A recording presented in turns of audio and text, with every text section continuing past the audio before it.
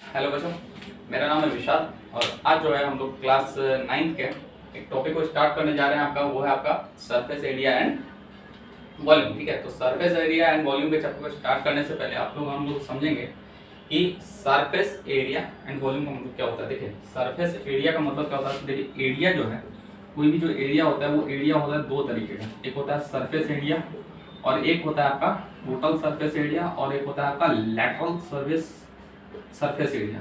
ठीक है, एक तो हो गया आपका सरफेस एरिया, ठीक है, total surface area, lateral surface area. ठीक है, तो सरफेस एरिया और लेटरल सरफेस एरिया जो है ये दोनों लगभग सेम ही होता है। ठीक है, तो यहाँ पर हम लोग पहले समझ लेते हैं कि टोटल सरफेस एरिया का मतलब क्या होता है। देखिए, टोटल सरफेस एरिया का मतलब होता है कि आप अगर किसी रूम में बैठे हुए, वो रूम किसी भी शेप का है, ठीक है, रेक्टेंगुलर है, सर्कुलर है, कैसा भी है, तो अगर उसके चारों तरफ यानी कि पूरे का पूरा डायमेंशन अगर लेकर के अगर आप मेजरमेंट करोगे, यानी कि सीलिंग को, फ्लोर को, वॉल्स को, सबको अगर इंक्लूड करके करोगे तो वो हो जाएगा आपका टोटल सरफेस एरिया। ठीक है, और लेकिन अगर आप क्या करोगे कि लैटरल सरफेस एरिया क्या इन दोनों को कैलकुलेशन करोगे तो वहां पर हम लोग क्या करते हैं कि सिर्फ वॉल जो है, वो चारों तरफ जो दीवार है उन दीवार का ही कैलकुलेशन केवल करते हैं, यानी कि चारों दीवार के मेजरमेंट का और चारों दीवार का जो एरिया होगा उसको केवल हम लोग मेजर करते हैं और फाइंड आउट करते हैं। ठीक है, अब यहाँ पर देखिए, आप एक बात समझिए कि मान लो इस तरीके का एक कोई शेप, ठीक है, इस तरीके का आपको एक शेप दिया हुआ है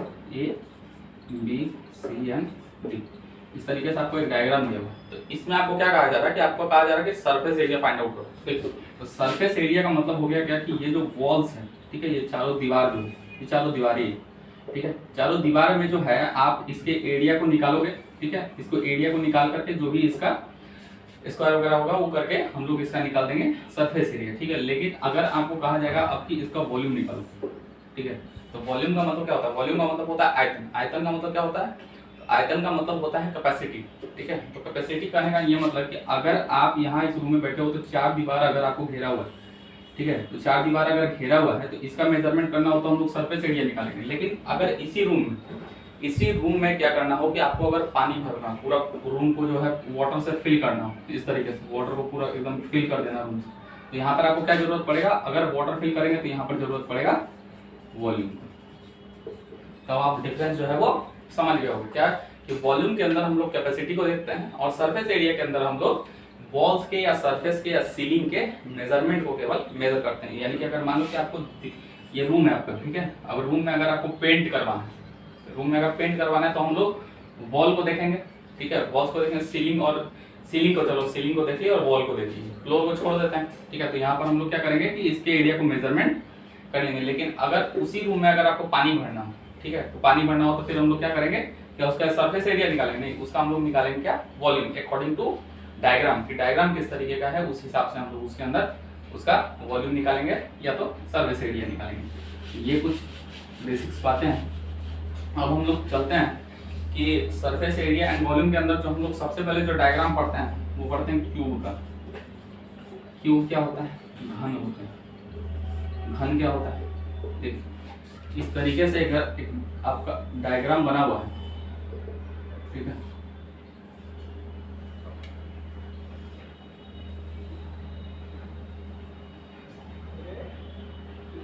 ठीक है, इस तरीके से आपका एक डायग्राम बना हुआ रहता है। यानी कि अगर आप डाइस देखे होंगे, ठीक है, डाइस जो हम लोग लूडो खेलते हैं तो डाइस एक रहता है, तो डाइस का जो शेप रहता है वो किस तरीके का रहता है, वो रहता है आपका क्यूब के जैसा। तो यहाँ पर हम लोग देखते हैं, तो इसके पहले बात को समझिए, इसके पहले डायग्राम को हम लोग सही से समझ लेते हैं कि ये जो आपका कॉर्नर, ये जो पॉइंट दिया हुआ रहता है, ठीक है, ये पॉइंट जो आपका इस तरीके से दिया हुआ रहता है, इस पॉइंट को हम लोग क्या बोलते हैं, इस पॉइंट को बोलते हैं वर्टेक्स। ठीक है, ये इसमें कुछ डायग्राम में बेसिक्स बातें हैं जो आपको पता होनी चाहिए। ठीक है, ये आपका वर्टेक्स हो गया और ये जो आपका शेप है, यानी कि इस तरीके से जो आता है, देखिए तो इस तरीके से जाता है, ये जो शार्प आता है, ठीक है, तो इसको हम लोग बोलते हैं क्या, इसको हम लोग बोलते हैं एजेस। ये एजेस हो गया। और ये जो आपका शेप है, ये जो सामने शेप आएगा, यानी कि अगर आपके पास डाइस है तो डाइस के जो चारों तरफ जहाँ पे नंबर्स लिखे हुए रहते हैं 1 2 3 4 5, तो वो आपका क्या हो जाएगा, वो हो जाता है ये पूरा अगर ये पूरा देखोगे तो ये हो जाएगा आपका फेस।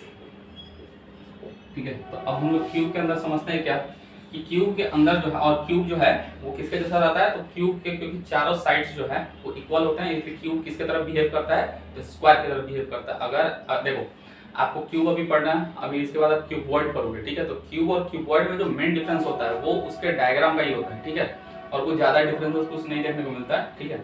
तो माने क्यूब और क्यूबॉइड में जो डिफरेंसेस है वो है इसका क्या है, इसका साइड्स को लेकर के। क्यूबॉइड का जो है वो रेक्टेंगुलर शेप आ जाता है, ठीक है, और इसके अंदर जो क्यूब है वो आपका आ जाता है स्क्वायर शेप में। तो स्क्वायर शेप में क्या होगा, चारों साइड इक्वल हो जाएंगे। और क्यूबॉइड के अंदर क्या होगा, क्यूबॉइड के अंदर आपका जो एल है और बी है, यानी कि लेंथ और ब्रेथ जो है वो दोनों का दोनों डिफरेंस होगा।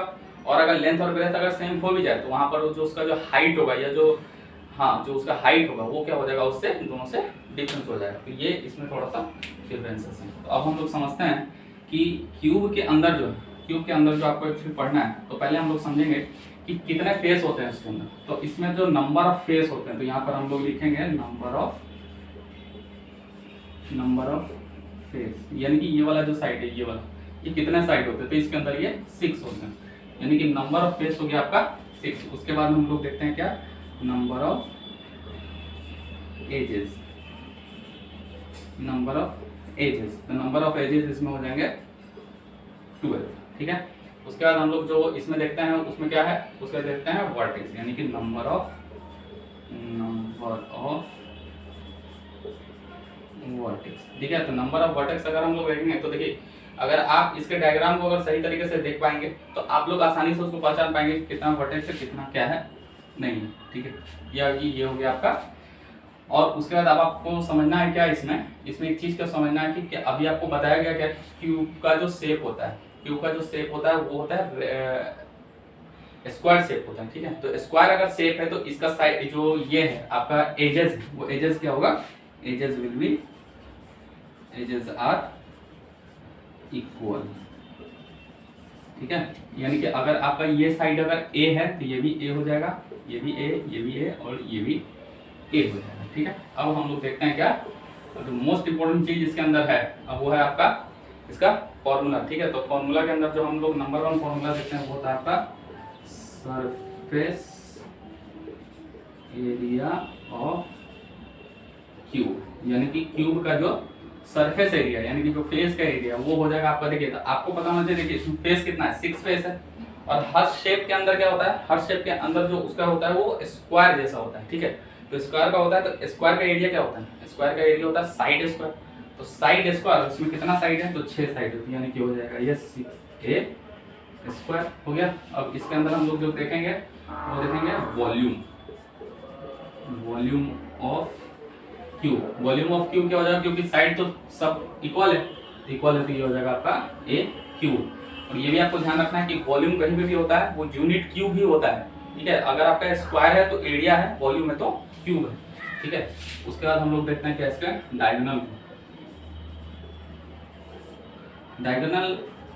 डायगोनल ऑफ क्यूब, ये हो जाएगा √3l, ठीक है। एल का मतलब देखिए, एल का मतलब होता है कि लेंथ समझ सकते हैं उसको, ठीक है, लेंथ समझ सकते हैं या हाइट। कभी कभी क्यूब के अंदर क्या होता है कि आपको एक हाइट भी जो है वो कभी कभी दे देता है, वो हम लोग उसका केस देखेंगे क्वेश्चन के अंदर।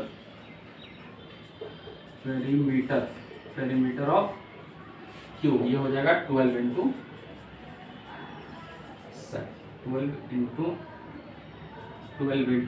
साइड, यानी कि आपका जो नंबर ऑफ एज है इसके अंदर होता है 12, क्योंकि हम लोगों को पता है कि पेरीमीटर के अंदर हम लोग क्या करते हैं, सारे जो उसका जो साइड्स दिया हुआ रहता है सबको या तो सम कर देते हैं। तो देखिए यहाँ पर क्या है, इसका एजेस 12 है, तो अगर आप 12 को 12 बार जोड़ो और या तो 12 से मल्टीप्लाई कर दो, सेम प्रोसेस है। तो यहाँ पर आप इस फॉर्मूला से इसको आसानी से बना सकते हैं। तो ये हो गया आपका क्यूब का, ठीक है। अब क्यूब के बाद हम लोग देखते हैं अब क्यूबॉइड।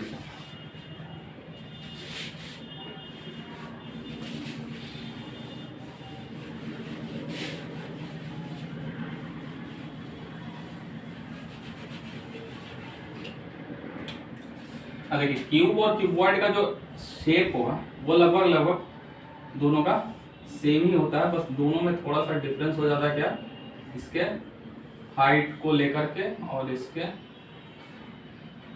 मेजरमेंट को लेकर के कि किस तरीके से ये होगी, ठीक है। तो हम लोग जो है, जैसे कि आपके पास अगर घर में है तो घर में अगर एग्जांपल हम लोग देखें तो क्यूब का एग्जांपल तो हम लोग देख चुके हैं कि जो डाइस होता है वो होता है, लेकिन अगर आपके पास घर में जो मैच स्टिक है, ठीक है, जो माचिस का जो डब्बा होता है वो आपका एग्जांपल हो सकता है क्यूबॉइड का। क्यूबॉइड को अगर आप लोग देखोगे तो आगे से जो है इस तरीके से, और एक ये पीछे वाला फेस हो गया लेफ्ट राइट, और एक बॉटम एंड डाउन का एरिया हो गया। तो इसके अंदर हम लोग जो देखेंगे वो होता है क्योंकि आपको पता है कि जो क्यूबॉइड है वो किसके तरफ बिहेव करता है, तो रेक्टेंगल की तरफ बिहेव करता है। तो रेक्टेंगल की तरह अगर बिहेव करेगा तो उसके अंदर क्या होगा, लेंथ भी होगा, उसके अंदर ब्रेथ भी होगा, और उसके अंदर जो है आपका हाइट भी आएगा। तो इसके अंदर हम लोग देखते हैं क्या नंबर 1 जो फॉर्मूला होगा क्यूबॉइड, यानी कि इसको हिंदी में घनाभ बोलते हैं, ठीक है। तो इसके अंदर हम लोग जो नंबर 1 फॉर्मूला देखेंगे वो देखेंगे क्या, lateral surface area of cuboid. और ये जो हम लोग सारा जो डायग्राम पढ़ रहे हैं कौन सा डायग्राम को पढ़ रहे हैं, तो हम लोग ये 3D डायग्राम को पढ़ रहे हैं, ठीक है। आगे हम लोग ऐसे डिस्कशन करेंगे 3D और 2D में जो है एक्चुअली क्या डिफरेंसेस होता है, क्या है उसके अंदर अलग से कैलकुलेशन हम लोग करते हैं। तो अभी हम लोग देखें क्या, lateral surface area of cuboid, यानी क्यूबॉइड का जो है लैटरल सरफेस एरिया हम लोग देख रहे हैं, तो वो हम लोग निकालेंगे क्या, तो ये हो जाएगा 2h × L + B। और यहाँ पे h जो है वो क्या इंडिकेट कर रहा है आपका, h इंडिकेट कर रहा है आपके हाइट को, ठीक है, क्यूबॉइड के हाइट, आपके हाइट। उसके बाद आपका आ जाता है total surface area of cuboid, यानी कि क्यूबॉइड का जो टोटल सरफेस एरिया होगा वो होगा आपका 2 × LB + BH + HL, यानी कि LB क्या हो गया आपका, लेंथ ब्रेथ हाइट लेंथ, ठीक है। तो इस तरीके से आप लोग इसको समझ सकते हो। उसके बाद हम लोग जो देखेंगे इसके अंदर देखेंगे वो देखेंगे वॉल्यूम ऑफ क्यूबॉइड। देखिए तो आपको डायग्राम में जो है ये चीज लिख देना है, A B C D E F G, इस तरीके से आप जो है इसको इंडिकेट कर सकते हो। तो यहाँ पे वॉल्यूम हम लोग क्या लिख सकते हैं, तो वॉल्यूम पता है, तो वॉल्यूम होता है L × B × H, ठीक है। या डायरेक्टली अगर इसको लिखना चाहें तो LBH भी इसको लिख सकते हैं, ठीक है। और इसके बाद जो है हम लोग देखते हैं इसमें क्या, तो इसमें हम लोग देखते हैं इसका डायगोनल को, ठीक है, डायगोनल